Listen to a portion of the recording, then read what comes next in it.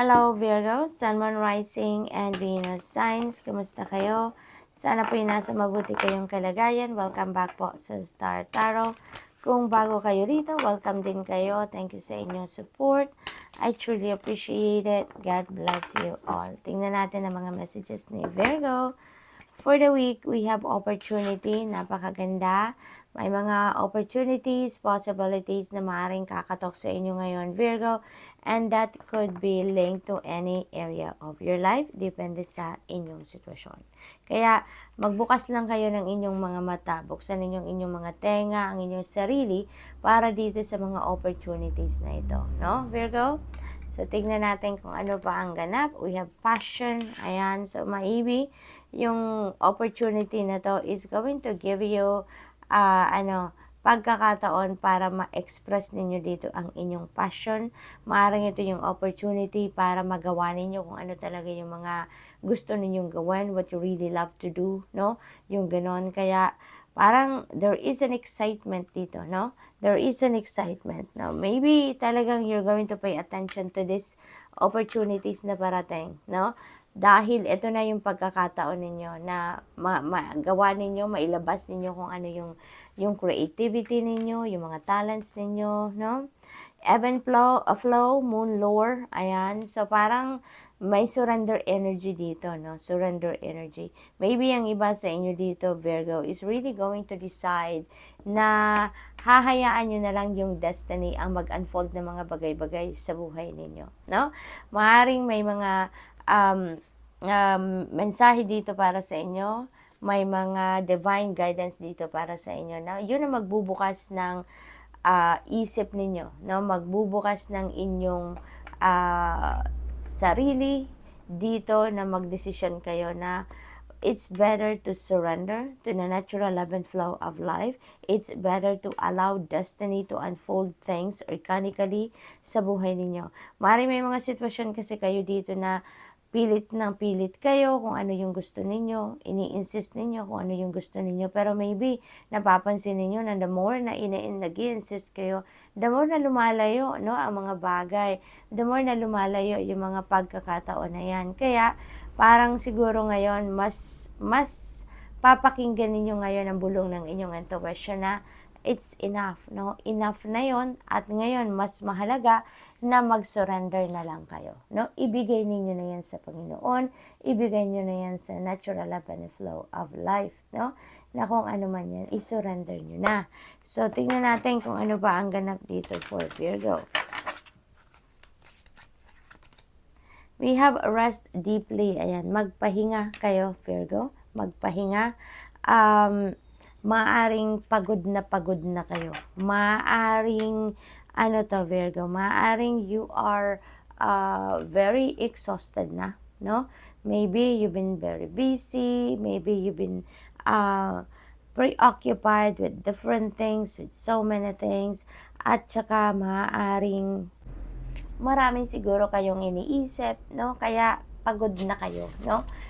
Siguro pagod na ang inyong ang katawan, ang isip ninyo, no? Emotional aspect ninyo, maaring pagod na kayo. Kaya inimbitahan kayo dito na magpahinga muna. Step back muna kayo ng kahit saglit lang sa kung ano ang inyong pinagkakaabalahan, sa kung ano ang inyong pinagkakabisihan, okay? Para makapag-rejuvenate kayo, makapag-recharge. Trust your wisdom. Ayan. You are a person of wisdom, Virgo. Dami nyo ng wisdom na naipon na. Dami nyo ng lessons in life na na-pick up ninyo along your life's journey.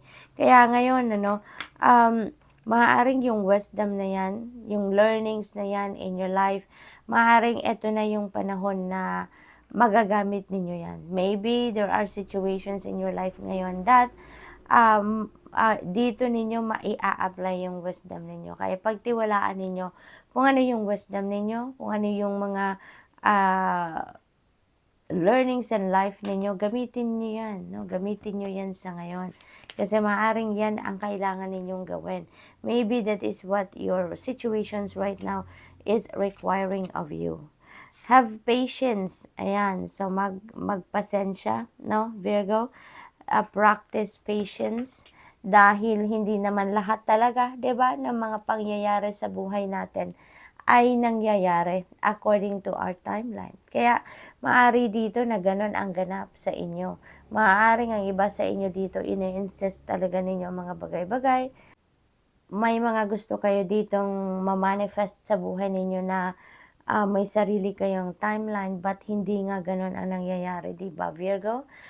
Everything happens in divine order and timing. Kaya tama to na magdesisyon na kayo, na mag-surrender na lang kayo sa natural ebb and flow of life. Allow the destiny to unfold the things that needs to be unfolded organically dito, no? So magpasensya na lang muna tayo, Virgo. No, practice more patience kasi if things are meant to happen talaga at a certain time sa buhay ninyo, that is going to happen, no?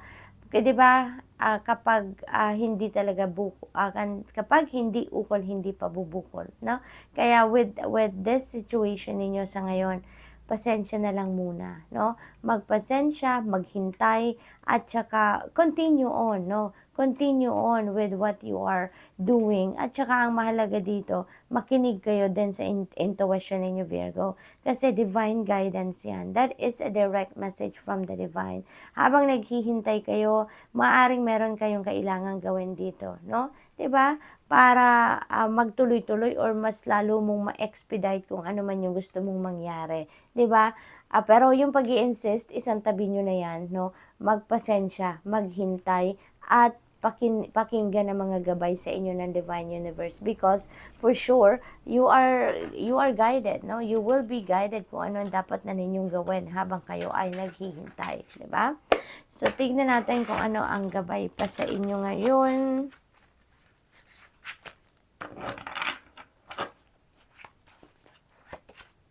We have 8 of Cups energy. There is a new beginning energy dito sa 8 of Cups. Napakaganda nito kasi where you are heading now is towards happiness, no? This is towards happiness, towards fulfillment, towards contentment, no? Dito, meron kayong iiwanang sitwasyon. Maybe relationship yan, maybe may iiwanan kayong tao, maybe may tatalikuran kayo ditong trabaho, karera, negosyo, no? Depende sa inyong sitwasyon, but iiwanan nyo to because you feel like it is no longer for you, no?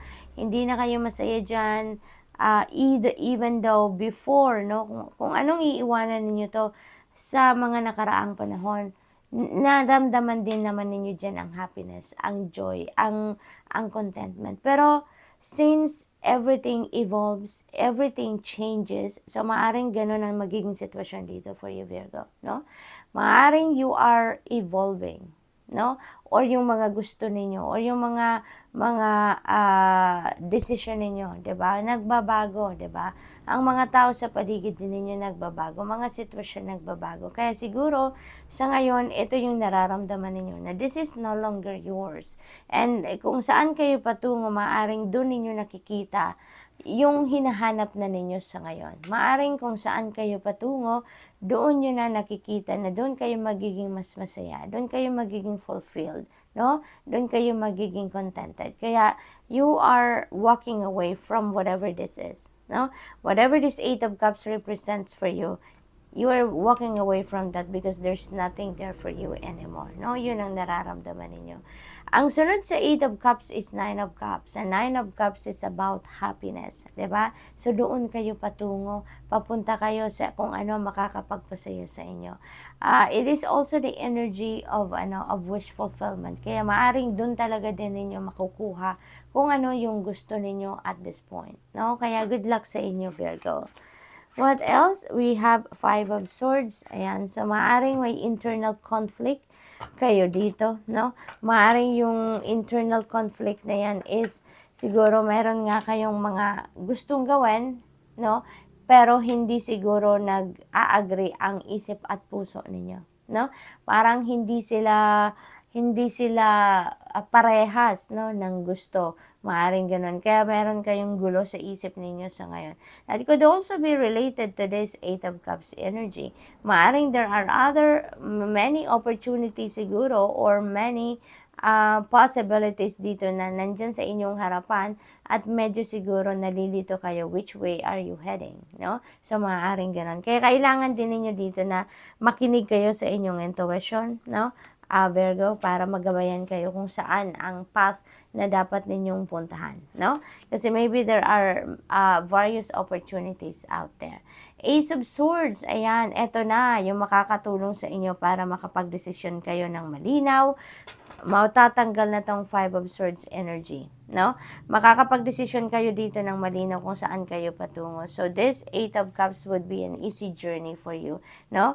Kasi, this is a new beginning energy then, and you are receiving dito new inspiration, new perspective, new ideas dito. Kaya, feels like ito, yung mga impormasyon na to na mapipick up ninyo dito, ito yung magbibigay liwanag, no? Kung this is going to show you the clear direction of where you need to go, no, Virgo? So, good luck, and that's all I have for you for the week. Thank you for watching. Love and light. Namaste.